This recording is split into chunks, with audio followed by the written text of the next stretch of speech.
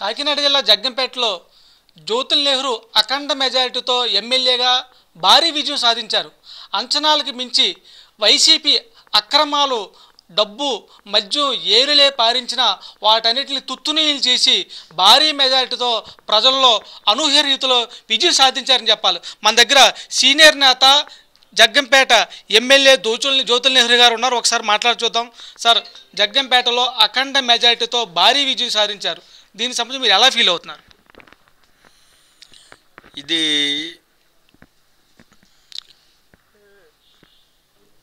కేవలం చంద్రబాబు నాయుడు గత 3 సంవత్సరాలు బట్టి కూడా నిత్య పోరాటం ఈ ప్రభుత్వ ఫెయిల్యూర్స్ మీద చేస్తూ వెళ్ళినటువంటి పరిస్థితులే దీనికి ఫలితంగా నేను భావిస్తున్నాను. అయితే ఆయన చేయడమే కాకుండా ఆయనతో పాటు మమ్మల్ని అందరినీ కూడా అదే విధానంలో నడిపించాడు, ఒక ధైర్యాన్ని ఇచ్చి. దానికి తోడు ఒక నమ్మకాన్ని ఇవ్వగలిగేటటువంటి నూతన నాయకత్వం పవన్ కళ్యాణ్ గారు కూడా కలవడం ఈరోజు ఈ విజయానికి కారణంగా భావించవచ్చు. ఇక స్థానికంగా జగ్గంపేట గురించి మనం మాట్లాడుకోవాల్సి వస్తే, ప్రజలు 3 సంవత్సరాల క్రితం ఒక నిర్ణయానికి వచ్చారు. మనం చేయకూడని తప్పు చేసాం, నియోజకవర్గం చాలా నష్టపోయింది, ఈ నష్టాన్ని భర్తీ చేసుకోవాలనుకుంటే మళ్ళీ జ్యోతుల్ నెహ్రూ నెగ్గించుకోవాలనేటటువంటి ఆలోచనకి 3 సంవత్సరాల క్రితం రావడం, నియోజకవర్గ ప్రజలందరూ కూడా నా వెన్నంటి ర్యాలీ అవ్వడం, ఇది ప్రజా విజయంగా భావిస్తున్నాను. ప్రధానంగా జగ్గంపేట నియోజకవర్గంలో వైసీపీ ఓటమి ముందే కామైపోయిన నేపథ్యంలో జగన్ ఇక్కడ ఏదైతే ఎమ్మెల్యేని మార్చి మాజీ మంత్రిని కూడా తీసుకొచ్చి ప్రయోగం చేశారు. అదే సమయంలో 100 కోట్ల డబ్బు, మద్యం కూడా వెదజల్లారు. మీరు పూర్తిగా ప్రజలనే నమ్ముకొని రాజకీయం చేస్తూ ముందుకు సాగారు. మీ విజయానికి ప్రధానంగా కూటమి అధికారంలో రావడం కానీ, మీ విజయానికి ప్రధానంగా ఏ కారణాలు కలిసి వచ్చాయని మీరు భావిస్తున్నారు? ఇక్కడ జగ్గంపేటకు పరిమితి మనం మాట్లాడుకోవాలనుకుంటే, ఒకటి ప్రధానంగా అభివృద్ధిని కాంక్షించే వ్యక్తిగా నా మీద పరిపూర్ణమైనటువంటి నమ్మకంతో ప్రజలు ఈ నిర్ణయం తీసుకున్నారు. దానికి తోడు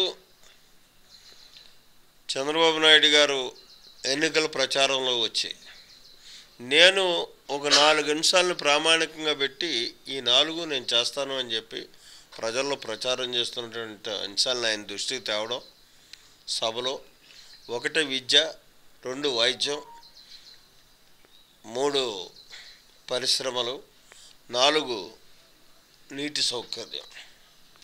ఈ 4 అంశాలు నా ప్రాంతానికి కావాలి అని చెప్పేసి తెస్తాను అని ప్రజలకు నేను హామీ ఇచ్చాను. కావాలి అని చెప్పి ప్రజా సమక్షంలోనే అడగడం, ఆయన నేను ఇస్తాను అని చెప్పేసి 4 గంటలని కూడా క్లాటికారికల్గా మాట్లాడుతూ ఏదో వేగ్గా చెప్పేయడం కాకుండా ఆ అంశాల యొక్క అవసరాన్ని కూడా ఆయన చెప్పి నేను ఇస్తాను ఖచ్చితంగా నెహ్రూ అడిగిన దాన్ని అని చెప్పి ఆయన ఎప్పుడైతే అన్నాడో ఆ విశ్వాసంతో కూడా ఇక్కడ ప్రజలు ఈ నిర్ణయం తీసుకున్నారని నేను భావిస్తున్నాను. ఎమ్మెల్యేగా గెలిచారు, నియోజకవర్గ ప్రజలకు మీరు ఏం చెప్పదలుచుకున్నారు? అదేవిధంగా గడిచిన వైసీపీ 5 ఏళ్ల పాలనలో మెట్ట పూర్తిగా నిర్లక్ష్యానికి గురైంది. అనేక రకాల సాగునీటి ప్రాజెక్టులు కూడా మూలన పడ్డాయి.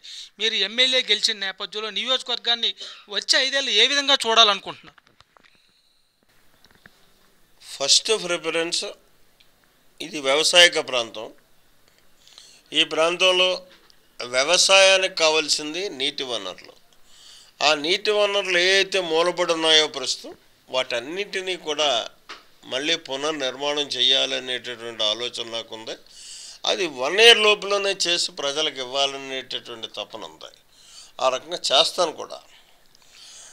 ఇక రెండోది ఇందాక చెప్పిన 3 అంశాలని కూడా అంచులంచులుగా ఒక ప్రామాణికంగా వాటిని ఒక ప్లాన్ ఆఫ్ యాక్షన్ తయారు చేసుకుని చేయడం జరుగుతుంది.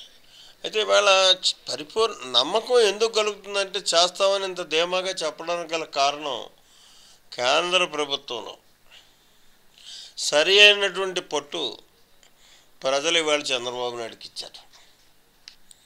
ఆ నమ్మకంతో ఆయన ఖచ్చితంగా ఆంధ్రప్రదేశ్ కావాల్సినటువంటి అన్ని అవసరాలకి కూడా కేంద్ర ప్రభుత్వాన్ని ఉపయోగించుకోగలడం. ఆ ఉపయోగం ద్వారా మేము ఆయన దగ్గర నుంచి కూడా తెచ్చుకొని మా ప్రాంతాన్ని అన్ని రకాలుగా అభివృద్ధి చేసుకోవడానికి అవకాశం ఉంది. ఇది జగ్గంపేట ఎమ్మెల్యే జ్యోతుల నెహ్రూ గారు చెప్తున్నారు.